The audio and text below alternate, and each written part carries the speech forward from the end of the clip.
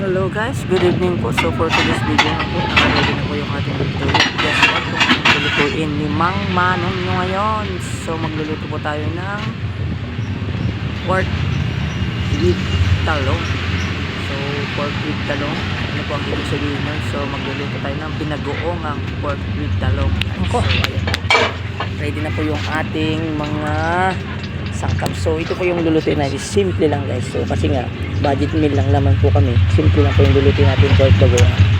So nakita yun, nagpainit na po tayo ng mantika. Hanggang painitan natin ng konti guys. So ayan po yung ating mantika. Ang mantika ni Manong ay magluluto ngayon ng pork bagoong. In a simple way lang guys. So painitan lang natin yung mantika guys pag nagluluto tayo para is na luto agad yung ating mga aromatics. So ayan po yung naka-ready na po ay yung ating karne guys na na-slice na. So kayo mag-google po bakit inuna natin yung karne guys. So ang gagawin po kasi natin is kailangan muna natin i-gisa yung karne ng solo lang hanggang sa lumambot siya para mamaya is konting luto naman. So ipaluto muna natin sa siguro mga 5 minutes para lumambot siya. And then para mas maganda yung lasa na guys. So ayan lang natin sa iprito ng iprito. Siyempre ito ilagay nyo ng konting lasa, konting asin para lumasa konti yung ating karne guys. Ito yung lasa ng asin. So parang gusto na tabang. Gisa lang ay gisa lang natin. Ito na natin sa saglit para kaya natin sa mag golden brown. Siguro dyan lang ito trusted dyan. Nalulutuin pa ng mamaya. So ayan lang natin siya guys. Mag-ingat lang po dahil minsan ito ng pagkito yung ating pork. Oo, lang palang sim. Kaya naman natin yan guys. So simpleng luto lang ng pork bago pinagbuongan kasi nga kulang po tayo sa kitado. Pinik mo kay tito mo. Budget. So ito na po yung Ganda natin yan. for family. Ano na siya connect? Ako mayroon ng CCTV doon. So wala po Call ko na lang sa akin. sa bahay lang po tayo. Kahit madilim So lalayo lang natin. Anday natin hanggang mag-golden mo may brown kapag guys. So kahit hindi naman golden brown kasi nga Sabi mo bumili ka na kasi kaya tas na yan. ang need lang natin is palambutin lang sa guys. Ayan, makikita nyo na po. Ayan po. Alay-alay na kasi hindi mo natin yan is magdidikit yan. Yan po yung extra hinali natin para hindi po magdikit-dikit yung ating karne ng baboy. Hindi, mamaya pagkatapos mo kumain, lagyan mo na. Di mo kasi din kasi tumitingin eh. So, alay pa. Ang gagawin doon eh. Sa ilalim lang meron. Wala na. Parang Hindi po kasi gamitin yung styro parang isang malaking lagayan. ito pa lang yan. Amin na ng kapitbahay. Saan lang sa taas?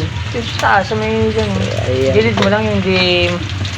Para pag may bibili, kukuha ka namin sa taas. Tapos pag gabi, hilahin na lang natin dito. Ito lang natin para medyo Para pag miglay ka, maraming lagay. So, Ano, lagay mo lahat. iparit mo natin, hindi natin talakay yung hawak guys. So, iparit na natin yung ating sibuyas na bawang. Para less, para hindi natin tatanggalin lang sa gilid ng. So, bisayin natin na yung ating sibuyas na kabawa. So, ayan po. Ito na simple way lang. Para may ulam na tayo mamaya. Ayan, bisa-bisa lang natin. Halo-haloyin lang din natin para hindi magdikit-dikit.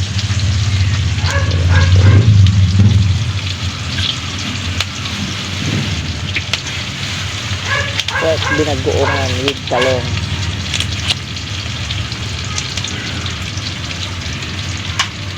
Ayan natin yung maluto.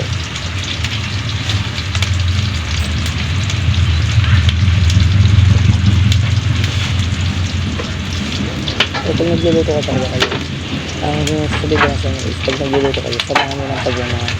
Lalong sasarap ang inyong lulutuin pag mahal na mahal mo yung inyong niluluto. Diba? Yan ang isang base rule para sa pagluluto guys. Masama na konting pagmamahal. Hindi naman lahat, konting pagmamahal lang. Sumasabay kasi yan. Alam mo yung lasa niya. Sumasabay sa pagmamahal na binibigay mo sa ginagawa mo. Yan, gets na guys, gets na. Ayan. Ayan.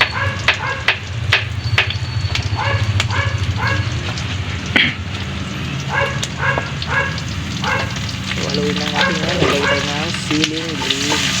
Wala kasi tayong siling pula na nabili ka rin. So, siling green na lang para mas masarap lang ito kung maasang spicy pork na buongan. So, yung green na lang muna ang ating ilalagay. So, ayan po. So, alawin lang natin at gisa-gisayin lang natin para kumalat palalo yung kanyang lasa.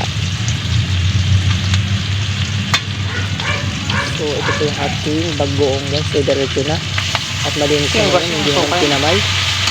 So tantayin nyo pag naglagay ko ng bagoong, tantayin nyo lang po kasi may bagoong talaga pag maalat. So ang niluluto, konti lang naman yung lulutuin namin. So konti bagoong lang. Basta magkalasa lang po yung ating pork. So haluan lang natin yan para kumalat lalo yung kanyang lasa. So ayan. Mix lang natin ang mix. So ito po rin ready po ng ating suka. Konti lang.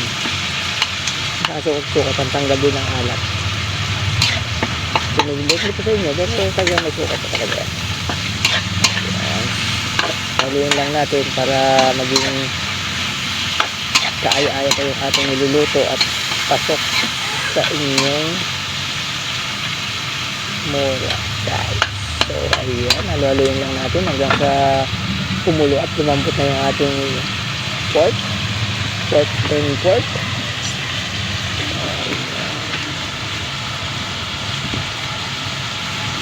Nakikita naman yung ating pork is golden brown na yan guys. So kumukulo na rin siya. So hayaan pa natin kumulo ng kumulo yan para tuluyan ng lumambot at maamoy na ng ating kapitbahay. Ayun, ang hinihintay lahat ang kumain mamaya. So ayun.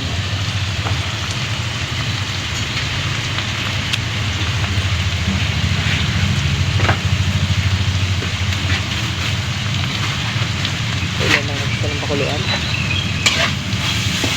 Kita nyo naman, nagbulo ko na yung ating niluluto. So i-mix natin ang ulit, i-mix para kumalat pa lalo kanyang aromatics. Ating lasa ay kumapit na sa pork. So ayan.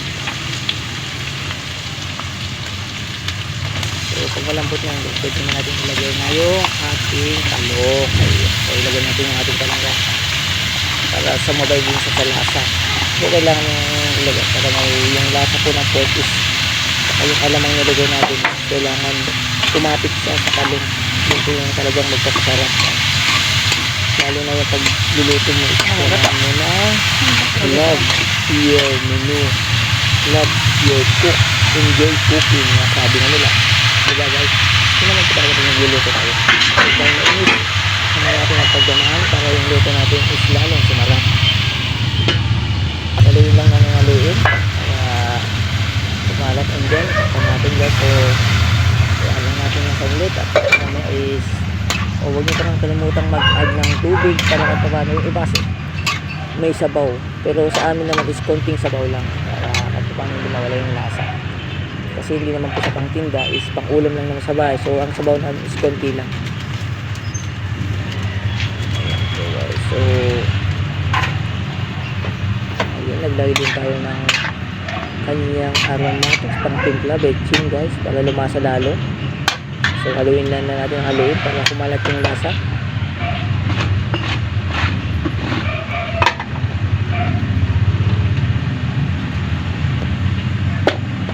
And then mag-add po tayo ng sugar. Depende po sa inyo kung gusto maglagay ng asukal, pwede rin naman.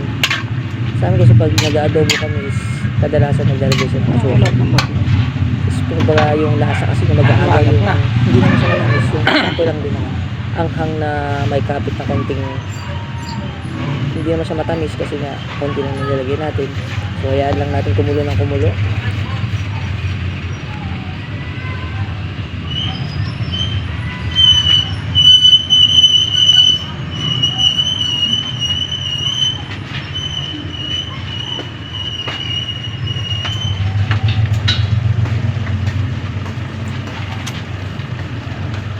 Ayun guys, nakita nyo naman, kumulo na, nangangamoy na guys.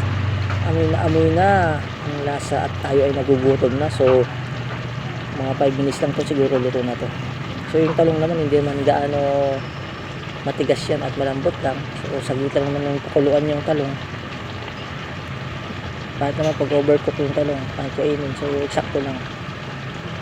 So ayan lang natin kumulo ng kumulo para lalo pang lumasa yung ating pork binagoongan. In a simple way lang guys, simpleng luto lang. Sigurado taob na naman ang kaldero natin na ito.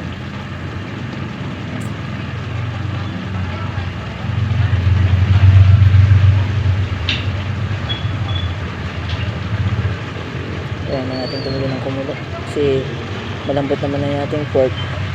hintayin lang natin na kumalat palalo yung lasa niya sa ating recado.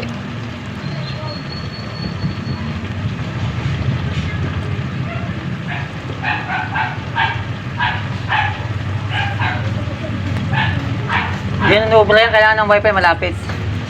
Dito, hindi pwede kahit may load. Ha? May load, pwede. Kailangan tuloy-tuloy yung load mo. Eh, ikaw, gusto yun. Eh, nasa pabrika ako, hindi ko connect dyan yun. Hindi, kahit malayo, yung sa mo nga. Hindi Brian. Kaya mo gumawa na. Hindi ka mo natin. Pag walang nakakonek yan, hindi tumutuloy-tuloy yung pagkon niya yan.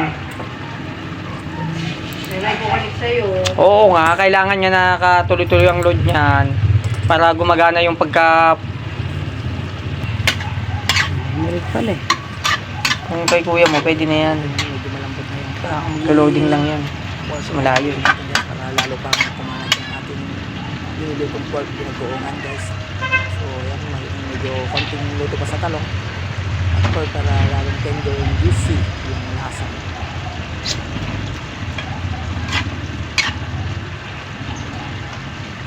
Siyempre, pag nagluluto, hindi mo pwedeng yung ditik pa. Kaya nasaan mo rin para nakita mo kung pwede pang mag-add ng ingredients kung sakto na sa panlasa, okay na.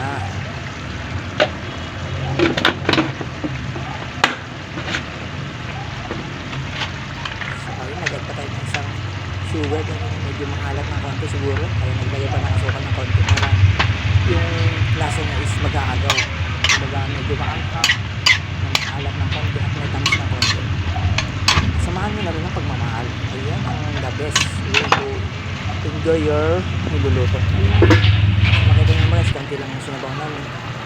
So medyo pakulang pa natin saglit at maya maya is alam na, pirahin na yan.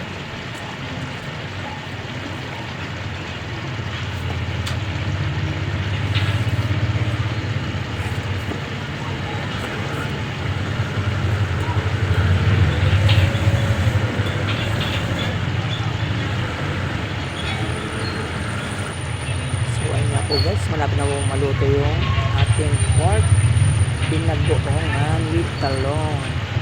So, pakulang pa natin sa mga food guys. Ayan, ay ihanda na natin ang ating 1 kilong kanin. Ayan, nakita din natin guys.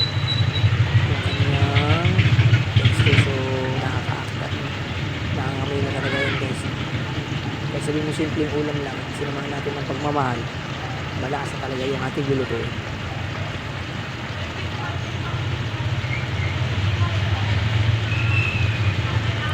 Konting sabaw lang talaga ang ating nilagay. So pang ulam lang naman, hindi yung tuyo sa magiging bagay. So konting kulo na lang po ito at maluluto na talaga na siya ng tuluyan at handa at nagugutom na po ang lahat. Ayun. So very yummy. So makaka-underrest na naman tayo nito guys.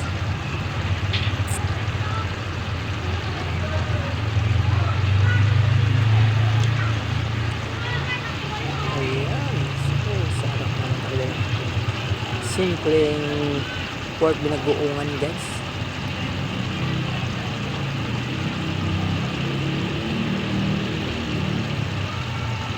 So, ready na kayo at tayo ay kakain na.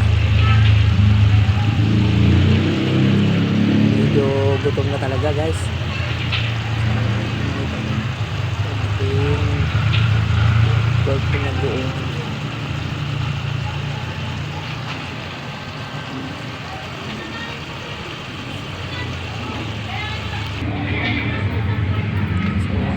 So tapos na natin. So patay na natin guys. So ito ayan yung guys, ito na yung ating nilutong pork pinagbuongan.